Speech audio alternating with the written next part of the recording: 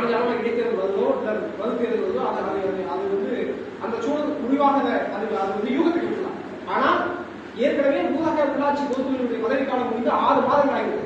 அடுத்து அதை வந்து இப்ப நீட்டிப்பு செஞ்சு செயல் அலுவலர்கள் தான் உள்ளாட்சிகளை ஒன்றியங்களை இயக்கி கொண்டிருக்காங்க. நம்ம ஊரக உள்ளாட்சி தேர்தலை நோக்கி பயணிக்கிறோம். எத்தனை கிராமங்கள் இருக்குது அப்படின்னு கணக்கு, எந்தெந்த கிராமங்கள் நமக்கு வலிமையான கட்டமைப்பு இருக்கு, இது போல கம்பிகள் அனல் மாதிரி கடத்துல எங்க நிக்கிறான்னு பாருங்க. அந்த கிராமத்துல எத்தனை வார்டு இருக்குன்னு பாருங்க. ஏன்னா வார்டு உறுப்பினர்கள் சேர்ந்தா உள்ளாட்சியோட தலைவர் முடிவு செய்ய முடியும், ஒன்றிய குழு உறுப்பினர்கள் சேர்ந்தா சேர்மனை முடிவு செய்ய முடியும்.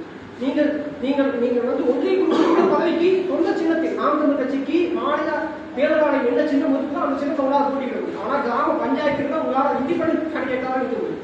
கட்சி சார்பில் தான் நீங்க ஊராட்சி கிராம ஊராட்சியை பொறுத்த வரை நிற்க முடியும். அப்போ இப்ப இருந்தே நம்ம வந்து அந்தந்த பகுதிகளுக்கு இவன் தான் ஊராட்சி தேர்தல் உங்களுக்கு நடந்தா இதுதான் வேட்பாளர் அப்படின்னு சொல்லி நீங்க முகத்தை மக்கள் முன்னாடி காட்டி நாம் தமிழ் கட்சி வந்தா இந்த ஊராட்சியில் இந்த பிரச்சனைகளை இந்த இடத்துல சரி செய்யணும்னு சொல்லி அந்த பகுதி பொறுப்பாங்க தலைவர் செயலாளர் பொருளாளர் ஒரு படம் புகைப்படம் அலைபேசியில் போட்டு முன்னேறி அடிச்சிருந்தா குறைந்தபட்சம் 500 பேர் இருப்பாங்க. ஊராட்சி 500 பேர் இருப்பாங்க. 300 வீடு இருக்கும். 300 வீடு குரூப்ல நாம் தமிழ் கட்சியினுடைய முன்னறிக்கை இப்பவே போயிடும்.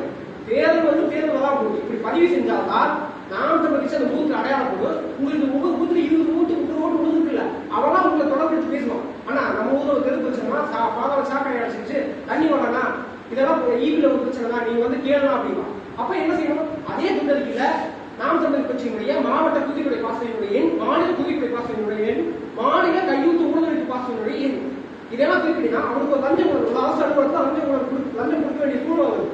ஏதோ ஒரு சூழ்நிலை அவன் கொடுத்துட்டான். இப்போ அந்த லஞ்ச பணத்தை நீக்க வேண்டிய சூழ்நிலை இருந்தா நாம் தமிழ் கட்சி பிள்ளைகள் அதை நீட்டு கொடுக்கறது தயாராக இருக்கும் அப்படின்னு நீங்க ஒரே இடத்துல தொகுதியில் ஒரே இடத்துல பதிவு செஞ்சு அரசு அலுவலகத்தில் லஞ்சமா கொடுத்த பணத்தை ₹1 நீங்க அவர்கிட்ட மீட்டு கொடுத்துட்டீங்கன்னா நம்பிக்கை வரும். அந்த ஊருக்கு நம்பிக்கை வரும். அப்போ இந்த நம்பிக்கையை நம்ம வென்றெடுக்கணும். இந்த நம்பிக்கையை வென்றெடுத்தால்தான் நம்முடைய இலக்கை நாம் அடையணும்.